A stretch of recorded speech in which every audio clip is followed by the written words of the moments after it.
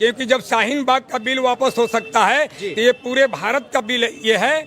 मेरा कहना है कि ये जितने खड़े हैं यहाँ, ये लोग जिस वक्त ये लोग शान में आ जाएंगे, ये लोग जिस वक्त शान में आ जाएंगे, गोसा गोसा मुल्क का तूफान में आ जाएंगे। और हमारे संविधान से जो किया है छेड़छाड़, मैं कसम खुदा कहता हूँ कि पूरे हिंदुस्तान के मुसलमान मैदान में आ जाए। चलिए जोड़िए।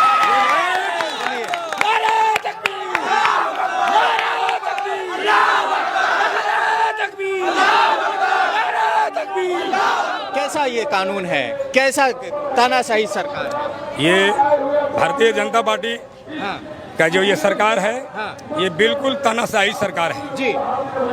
इसमें कोई दो राय नहीं है, क्योंकि ये अपनी हिटलर शाही, इसे हिटलर शाही कर लीजिए, हिटलर शाही के रूप में इन्होंने दबाव देकर कानून पास कराते हैं। तो इसको हम लोग काला कानून मानते हैं। इसको हम लोग पुरजोर तरीके से विरोध करेंगे, सड़क से लेकर सदन तक जाएंगे।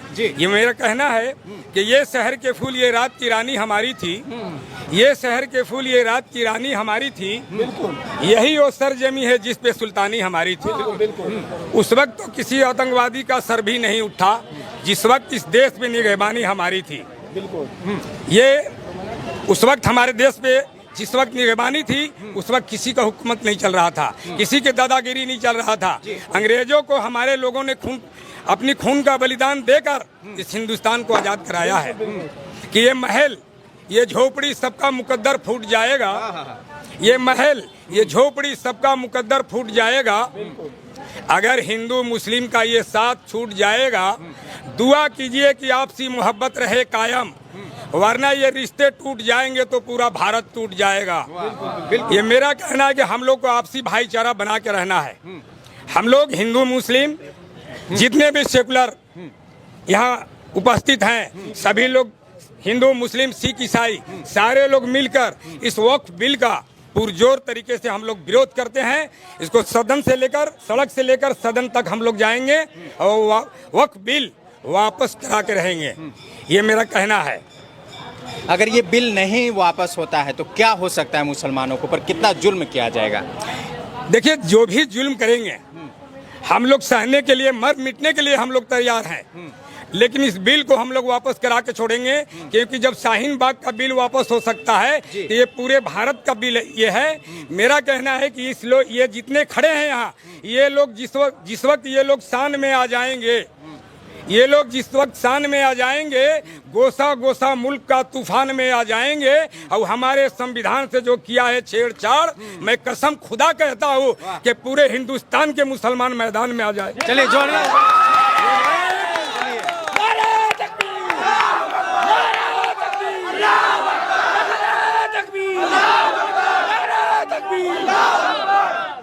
चलिए, ये हमारे नौजवानों का ये जो जुनून देख रहे हैं, ये जुनून सड़क से लेकर सदन तक हम लोग पहुंचेंगे।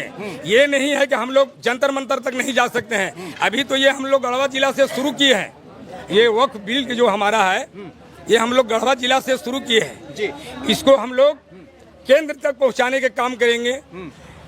राज्य से लेकर केंद्र तक हम लोग धरना प्रदर्शन अपना जारी रखेंगे।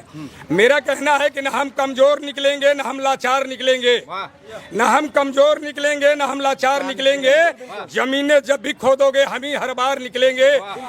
और हमारी देशभक्ति पर तुम सोच लो गद्दारों, हमारा खून निचोड़ोगे तो हिंदुस्तान निकलेंगे, हमारा खून निचोड़ोगे तो हिंदुस्तान निकलेंगे।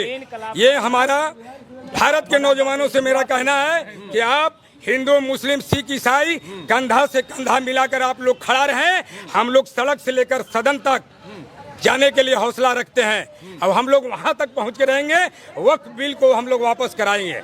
चलिए, आपको तो खुश होना चाहिए। जो गरीब असहाय लोग, उन लोगों का मोदी सरकार जमीन देना चाहते और बड़ा आदमी बनाना चाहते, बिल का विरोध क्यों कर रहे हैं? बिल का विरोध इसलिए हो रहा है कि हमें अपने ज़मीन पर नमाज पढ़ने के लिए भी सोचना पड़ता है। हर तरह से छेड़खानी किया जाता है और तरह तरह सोशल मीडिया के माध्यम से और तमाम जो मीडिया के ज़रिए हम लोग जो देखते हैं, हालात जो देख रहे हैं, दिन प्रतिदिन हमारे लोगों को, हमारे कौम के लोगों को दिन प्रतिदिन प्रताड़ित किया जाता है। तो हम कैसे मान लें कि जो बिल आया वो हमारे हक में आया है। अगर हक में आया था तो ये रातों रात पास क्यों हुआ? और लोगों को अगर हमारे हक में होता तो हम इसका विरोध नहीं करते, क्योंकि हम समझ रहे हैं कि ये शुरुआत किया गया है और यह बिल के माध्यम से हमें ये बरगला करके और हमारे जो संपत्ति, प्राइवेट संपत्ति, हमारे जो पूर्वजों को जो द्वारा दिया गया है, जो हमारे मदरसों के लिए दिया गया है, कब्रिस्तानों के लिए दिया गया है, मस्जिदों के लिए दिया गया है, ये ज़मीन हमारे खानदानों के द्वारा, हमारे पूर्वजों के द्वारा दिया गया। ये नहीं कि किसी के द्वारा हम लोग ने हड़पे नहीं है, ये हमारी संपत्ति है। अगर हमारी संपत्ति है तो हम उस पर हमारी हकदारी होनी चाहिए, हमारी जिम्मेवारी होनी चाहिए उसकी। तो सरकार क्यों लेना चाह रही है? हम चाह रहे कि हमारी संपत्ति है, उसकी देखभाल हम करेंगे, हम उसका संचालन करेंगे, वो भी कानूनन तौर पर संविधान के दायरे में रह के कर रहे हैं। तो इसमें सरकार को आपत्ति नहीं होना चाहिए। ये काले कानून को हम विरोध करते हैं और इसका विरोध भी होना चाहिए। और ये कानून सांप जो है बिल में घुस गया, लाठी मारने से क्या फायदा?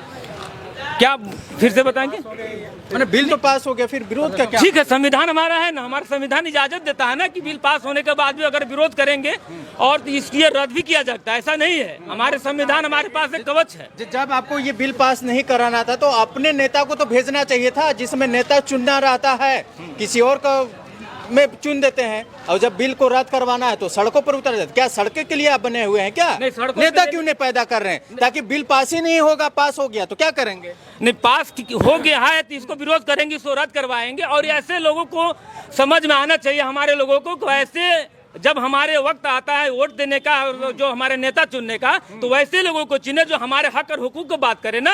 हम ऐसे लोगों को क्यों चुने कि हमारे जब वक्त आएगा तो बिल में छुप जाएगा, और वक्त जब आया अभी बोलने का तो वो छुप जा रहा है। तो वैसे लोगों को चुनना चाहिए जो हमारी वफादारी करे, हमारी जो ये पहरेदारी करे और हमारे हक की आवाज़ करे, और हर जो दबे कुचले लोगों को आवाज उठाए, वैसे नेता को चुनना चाहिए हमें। हमेशा आप सिर्फ वोट देने के लिए ही बने हैं क्या?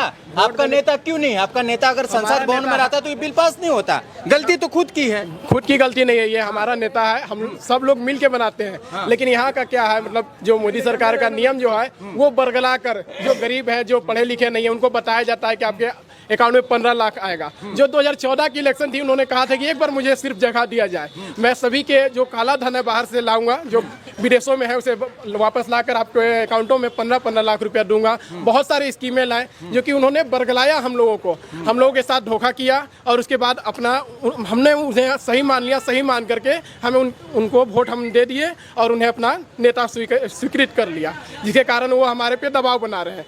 और वो उनका शुरू से ये नियम रह गया है, 2014 से आज तक देखा जाए तो सिर्फ बरगलाना, सिर्फ झूठ पर झूठ बोलना, एक भी उनका बात सच नहीं होता है। सिर्फ बरगला कर मुसलमानों के साथ और सभी के साथ। मुस्लिम आज का डेट में बंट कैसे रहा है?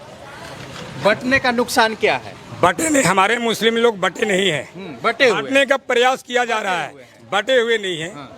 हमारे मुसलमान लोग बटे हुए नहीं है, और हमारे मुसलमान लोग संविधान को पुरजोर से पकड़ के रखे हुए हैं। और जो भी बरगला रहा है, चाहे आप कह रहे हैं बटने के लिए, हमारे मुसलमान कभी बटे नहीं हैं। क्योंकि हमारे लोग आपसी जो कह रहे हैं आपकी नेता पैदा करना, हमारे लोग में नेता है तो उनका चेहरा कहाँ है? कोई चेहरा तो नजर नहीं आ रहा। चेहरा कुछ लोग बिक जा रहा है, कुछ तो लोग तो बिक जा रहा है। हम लोग एकत्रित करने के लिए हम लोग प्रयास में लगे हुए हैं कि हम लोग एक पौधान पे लाएं और अपनी हर एक सेकुलरिज्म के जितने भी हमारे हिंदू मुस्लिम सब हैं, एक मेजोरिटी बनाकर और अपने मांगों को पूरा के लिए हम लोग सड़क से लेकर सदन तक पहुंचेंगे। हमारे लोग बटे नहीं है, हम लोग एक हैं। हमको तोड़ने की लोग कोशिश कर रहा है, लेकिन हम लोग टूटेंगे नहीं। जहाँ तक आपने कहा था अभी कि आप ये विरोध को, मतलब ये जो बिल पास हो गया है तो उस समय आपने क्यों आवाज नहीं उठाई? ये वापस हो सकती है, क्योंकि जो किसान बिल जो लागू हुआ था उसे भी विरोध करके वापस लाया गया, वापस खत्म करवाया गया, रद्द करवाया गया। तो इसलिए भी किसान लोगों का मारा गया था, मौतें हुई थी। क्या आप उसके लिए तैयार हैं? उसके लिए हम सभी भाई तैयार हैं, हिंदू मुस्लिम सिख ईसाई, जो कि हमारा आपसी सौहार्द है, जो हम सब मिलकर जो आपस में रह रहे हैं, उसको जो मोदी बिगाड़ रहा है तो उसको वो हो नहीं पाएगा, वो पॉसिबल नहीं है। और हम सब मिलकर इस बिल के लिए लड़ेंगे, यहाँ से लेके हर जगह सदन तक जाएंगे, दिल्ली जितना भी है सब जगह हम जा करके और अपने विचार को रखेंगे और हम बिल को रद्द करवाएंगे। चलिए, बहुत बहुत धन्यवाद।